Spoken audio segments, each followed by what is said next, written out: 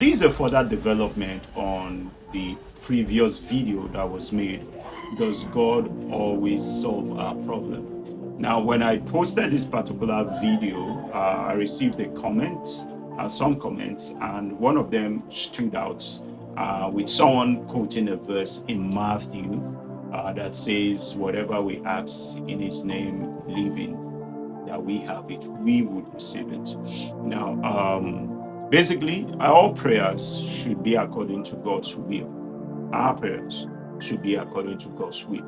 Now, I would actually develop this. I just want to develop this based on two scenarios in the Old Testament and one scenario in the New Testament.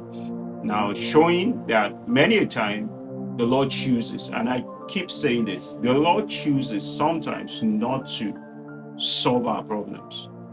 And sometimes He solves our problem with a goal, with a purpose.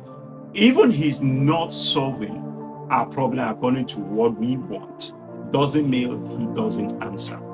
Now, let me give an example in the Old Testament. And one of those stories is that of Anna. Now, most of us know the story of Anna, that Anna was barren. God actually shut her womb. You need to go check in the Old Testament.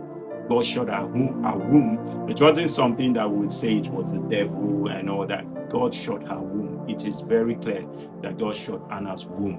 Now, with the story, we understood that Anna kept persisting, going to God, going to the temple and praying, and God did not solve that problem. Now, it got to a point that Anna struck a deal. Now, it was this particular deal that, prompted God to respond to Anna. Now, we need to understand the reason why God came in, or why God stepped in.